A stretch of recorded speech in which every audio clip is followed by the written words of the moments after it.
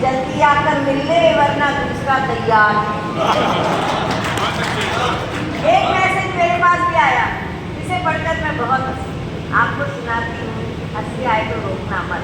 ठहाका लगाने का मन करे तो जोर का ठहाका लगाना। मैसेज था कि मत ले जाना मेरा जनाजा उसकी गली से यार। पहले सुनिए कि मत ले जाना मेरा जनाजा उसकी गली से यारो, नहीं तो उसकी माँ कहेगी कम वक्त मरते मरते भी एक चक्कर लगा गया। एक पति ने पत्नी को व्हाट्सएप पर मैसेज किया कि बेवकूफ था शाहजहां, जो इतना खर्चा कर दिया। क्या मिल गया ताज से, हर रोज नई मुमताज आ जाती उस पैसे के ब्याज से। तो हंसने के लिए बहुत दूर नहीं जाना पड़ता, बस हमारे दिल में उल्लास होना चाहिए और उसी उल्लास को, उमंग को हास्य के ठहाकों में तब्दील करने का काम जो बड़ी बखूबी करते हैं। इनका नाम है पवन पारस जी, जो कि हमारे बीच में नवलगढ़ से आए हैं और आप लोगों को बहुत भक्ति ठहाकों की बातें सुनाएंगे। लेकिन शर्त ये है कि आप उनके स्वागत सम्मान में तालियों में कंजूसी न करते हुए एक बार जोरदार तालियां बजाएंगे। एक बार सारे मिलकर के जय बोलेंगे, मेरे साथ जयकारा करेंगे। बोलिए राजा मालदेव महाराज की। गौरी पुत्र गजानंद भगवान गणपति को नमन करता हूँ, प्रज्ञा प्रदायिनी मां सरस्वती को नमन करता हूँ और आपकी पावन उपस्थिति को नमन करता हूँ। दोस्तों, निवेदन करना चाहता हूँ, प्यार पक्ष दिया मेरे बच्चे, क्योंकि मैं इस मंच पे 10 लगातार कवि सम्मेलन आपने कर लिए, पहली बार आया हूँ 2 लाइनों के साथ कि दस्तूर देख कर दुनिया के चुन चुन कर अक्सर धरता हूँ। रंजो गम के मौसम की भी हास्य में व्याख्या करता हूँ। वह चाल नहीं इतना ज्यादा पर कब अर्थों में मौन हूँ मैं। इतना ही परिचय काफी है, अब आप समझ लो कौन हूँ मैं। सियावर रामचंद्र की जय, पवन सुत हनुमान की जय।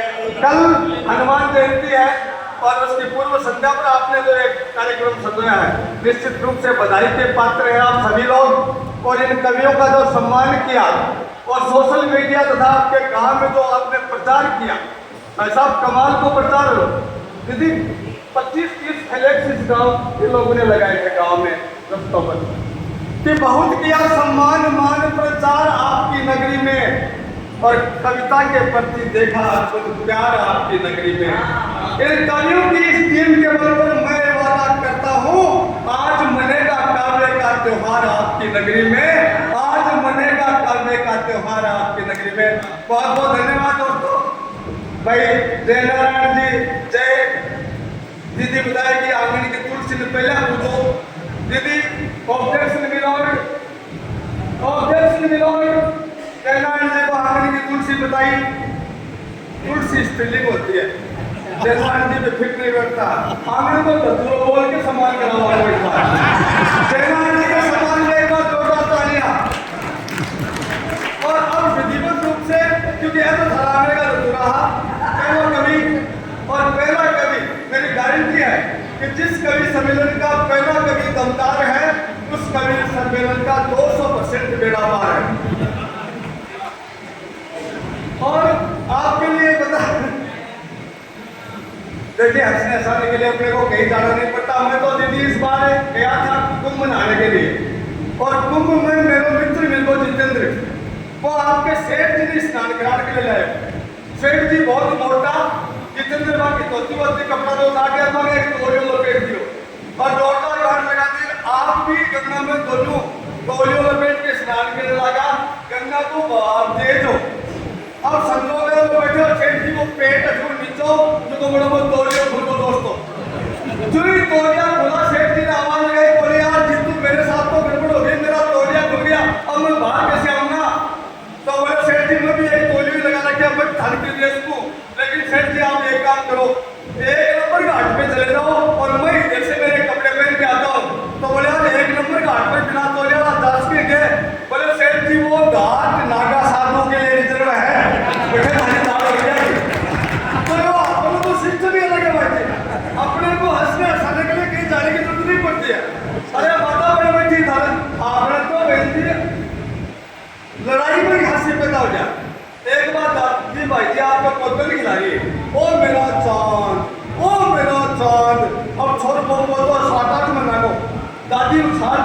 चांद को थोड़ा जोर से उठा दिया, वो ऊपर चला गया, तो वापस नीचे आया तो हाथों से फिसल करके नीचे पड़ गया। जो ही वो नीचे पड़ा और चिल्लाया तो सही में से बहू दौड़ के आई, बोले मम्मी जी आज के बाद मेरे बेटे को हाथ मत लगाना, अभी इसका सर फूट जाता मैं बेटा कहाँ से लाती। दादी बोली बेटे उनके आगे तू तो एक माई लागा नहीं कि दादी लागू, वो मैंने जान से भी प्यारा है। बहू बोली मैंने कह दिया ना आज के बाद मेरे बेटे को टच ही मत होना। जना दादी भी बात पर आके बोले बेटी जरा लाड बराबर की है, आज के बाद मैं तेरे बेटे के टच नहीं होंगी और तू हाथ से खाली समझ का फेर है अपने। हाँ ये बेटे बेटे तो कितने अच्छे, देखो बेटे बेटे देखिए एक बार ये बेटे के समाज में आप सभी तालियां बजाइए। और मतलब कवि ने कहा है कि खुशबू है ये बाग की गुलशन की पहचान, और जिस घर में बेटी नहीं वो घर है रेगिस्तान। वो घर आज ये कवि समय में अपने आप में, क्योंकि नवरात्रि बीते हैं, हनुमान जयंती आने वाली है और मतलब काली मालूम पर नवरात्र बीत जाता है और यार पवन नौ कन्या बन मिली जीवन के लिए केक को परोसे कर दूंगे, तो मैं तो कहूँगा कि अगर बेटी की संख्या इसी तरह से कम रही तो नवरात्रा में नवमी के दिन, अरे नवरात्रा में नवमी के दिन बोलो किसे जिमाओगे, नई रसोई का पहला पकवान भी किसे खिलाओगे। नूतन घर में गृह प्रवेश पर जब गृह प्रवेश करोगा तो पंडित जी कहेगा कुंवारी करना जाओ फिर मांगा बोला। अरे नूतन घर में गृह प्रवेश पर शुभ शुभ कदम धरेगा कौन, पूजा तिलक गण कोई आरती मंगल गान करेगा कौन। जब ये बेटियां संसार उतर जाएगा दोस्तों। कवि ने कहा है कि ये बेटियां सिर्फ बेटी नहीं है, ये बेटियां तो बाप की पगड़ी, ये बेटियां तो बाप की पगड़ी और माँ का रेशमी परिधान है, और ये बेटियां ही इस भारत का सच्चा स्वाभिमान है। जिस घर में बेटी होती है, जिस घर में बेटी होती है उस घर की एक दीवार बोलती है, और ये बेटियां ही हम जैसे लोगों के भाग्य की खिड़कियों को खोलती हैं। फिर भी न जाने क्यों लोग जमाने की गफलत में डोलते हैं। अरे मूर्ख है वो सारे जो आज भी इन बेटियों को बेटों से कम तोलते हैं। बेटों से हमें तो चाहे कितना ही समझा तो हिंदी लोग समझेंगे अपने सॉफ्टवेयर के हिसाब से, सबकी समझ अलग अलग है। खुद का साथ होता है वो वैसे ही समझते हैं। वो आनंद नाम का लड़का एक दिन अपने 2.5 साल के बच्चे को स्कूल में ला रहा था, मेरे पास बोले सर इसका एडमिशन करो। मैंने कहा यार सरकारी स्कूल में एडमिशन के लिए 6 साल उम्र चाहिए। बोले सर मैं पहले ही बहुत लेट हो गया, आपको बढ़ाना पड़ेगा, आज ही एडमिशन करना पड़ेगा। बोलो सर बोले यार ये 2.5 साल का बच्चा क्या तो पढ़ेगा क्या समझेगा। बोलो सर चाहे कुछ भी नहीं समझे, चाहे वो नाम लिखाओ मैं बहुत लेट हो रहा हूँ। मगर तू क्या मैं लेट हो गया यार बता तो जरूर। बोलो सर मैं आज ही हॉस्पिटल के सारे के निकले हो, बैठे लिखे पड़े हो, दूसरा बच्चा कब पहला स्कूल जाएगा तब। सबकी समझ अपनी समझ आते हैं और बढ़िया लगना तो नहीं समझाना। मोदी जी अपने भारत सरकार ने धारा 370 और 35 से हटाई और पूरे देश में खुशियां मनाएगी, कश्मीर में शांति आएगी। हमारे गांव में भी 2-3 लोग 35-35 साल के हो गए मगर सगाई के तक को लगी अभी तक। वो भी वो मैसेज कर रहे थे उस दिन एक बोला उसमें बोले यार मोदी जी ने बहुत बढ़िया काम किया, 2 धारा हटा दी। तो दूसरे ने सोचा कि ये मोदी जी हटाने के लिए आया है, उसने कहा यार 2 चीज और हटा दे तो अपना भी घर बच जाए। वो मुद्दे दोस्त बोले यार और क्या हटाना है। बोले यार ये सगाई में दादी और नानी वाला गोद और हटा देना तो हमला भी ना करा दिया। तो समझेंगे वही जो वो बिहार में आप जानते हो नीतीश कुमार जी ने शराबबंदी कर रखी है। आपको याद होगा भारत में अपने एक फिल्म आई बेटा जो इसको बंद करके लाई थे, या आवाज कम करते एक फिल्म आई पद्मावती, बड़ी कंट्रोवर्सी हो गई थी और उस पे बैन लग गया, बंद हो गई वो। फिर उसका नाम चेंज किया, पद्मावत किया और उसका बैन लग गया, पूरे देश में चालू हो गई।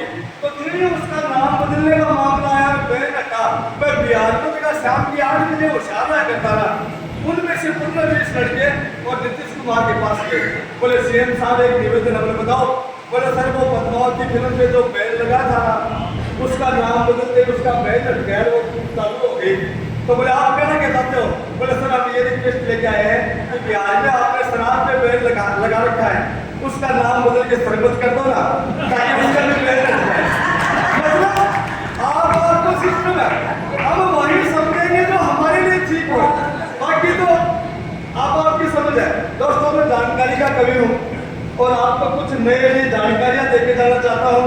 आदरणीय और देश का विधिमन एक मेरी बड़ाई नहीं देना आपको, तो पहला कवि इसको 5 एडवोकेट मेरे घर से एस्कॉर्ट करके लाए हैं।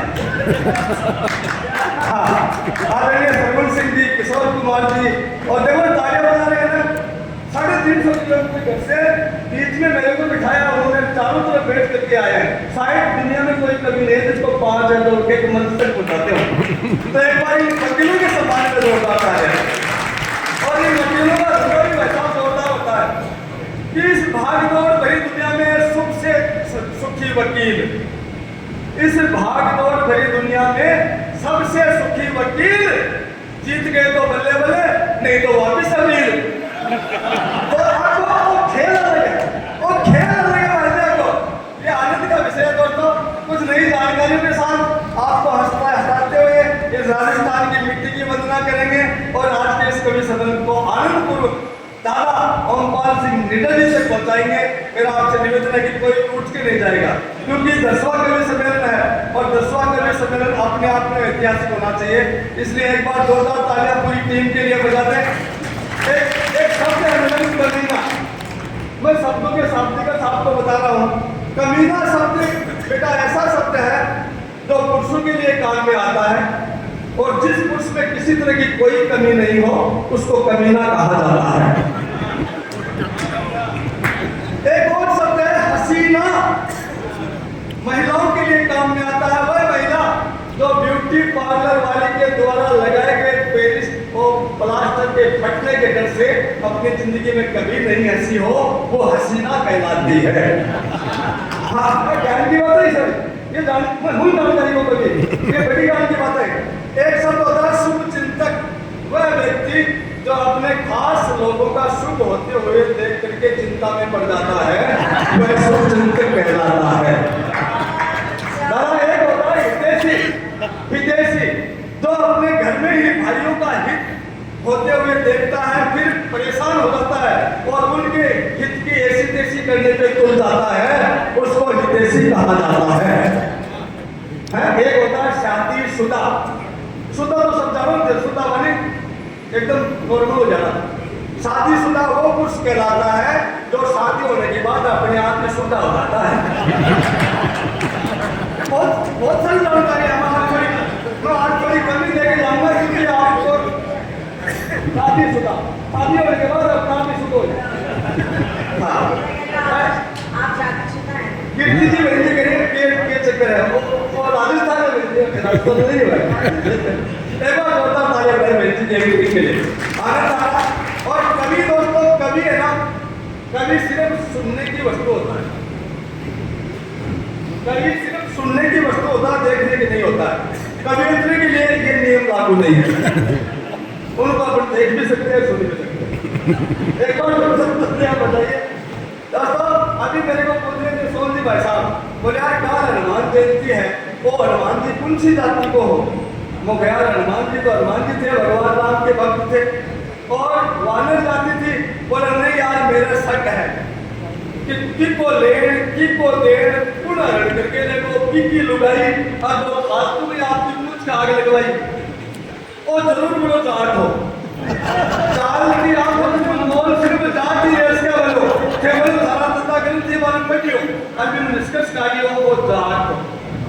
तो ये हमारे बीच में सवन जी जैसे गीतकार बैठे, आनंद आएगा, मजा आएगा।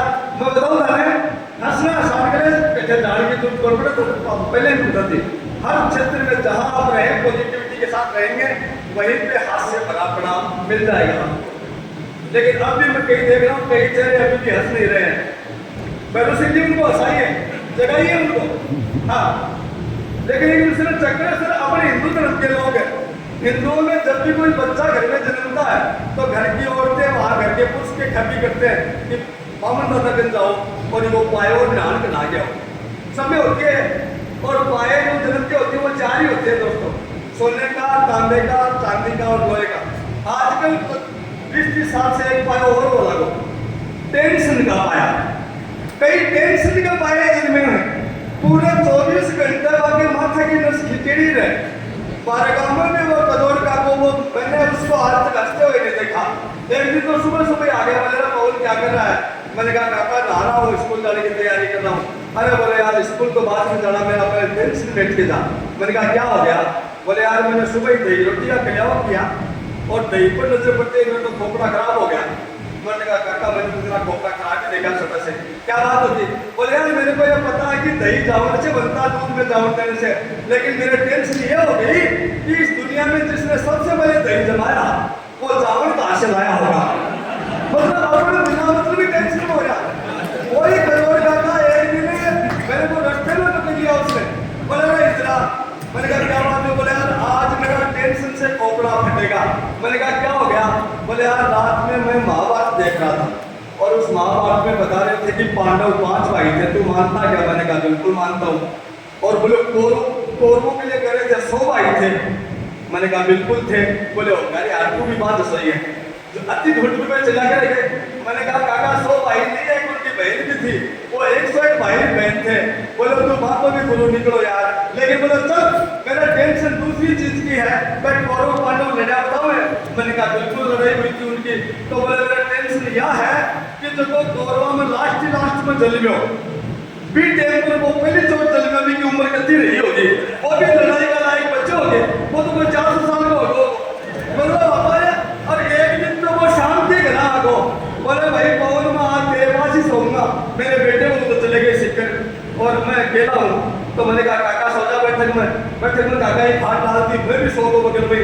और वो IPL चाल रही तो मैं वो चालू कर दी हूँ। अभी IPL की एक टीम में वेस्ट इंडीज का 8 सबसे खिलाड़ी बहुत कलाकार है। जो ही मैच चालू हो बोले रोक के हमका क्रिकेट की टीम है, बोले काला ढेर खिलाड़ी हमको वेस्ट इंडीज का। बोले भाड़ा मन मेरा घर का आते मेरा बहुत जोर की टेंशन हो गई। मगर कहता कि टेंशन है IPL तो सट्टा को खेल है, कोई है कोई जीता है। अरे बोले हार जीत की बात बनी यार, मेरे टेंशन यह होगी कि वेस्ट इंडीज का आदमी जाएगा काला कोबड़ा ही तो बेटेगा भूत के साथ होता होगा। मतलब अपने असली हंसाने के लिए कहीं जाने की जरूरत नहीं है। आनंद लीजिए ये कवि सम्मेलन नीडर ताजा तक पहुंचेगा एक छोटी सी रचना के साथ, क्योंकि राजस्थानी होने के नाते हमारा एक धर्म बनता है कि हम इस राजस्थान की मिट्टी की वंदना हर समय करें। हमारे शास्त्रों में कहा गया है कि जिस धरती पर देवता भी जन्म लेने के लिए तरसते हैं उस धरती पर विधाता ने हमको भेजा है। दोस्तों एक कविता लिखने का मुझे एक लाइन, एक गीत की लाइन है कि चंदन है इस देश की मिट्टी तको भूमि अंजाम है, हर दफाला देवी की प्रतिमा बच्चा बच्चा राम है। कवि ने उस गीत में इस मिट्टी को चंदन बताया है, बस उसने चंदन ही क्यों बताया ये सिद्ध करने का प्रयास करूंगा। जुड़िए रचना से और आनंद आए तो तालियों में कंजूसी मत कर लेना। मैं पहली बार कह रहा हूँ ताली बजाने के लिए, बाकी मैं ताली के लिए कहता नहीं हूँ। टाइटल है माटी राजस्थान की। स्वागत।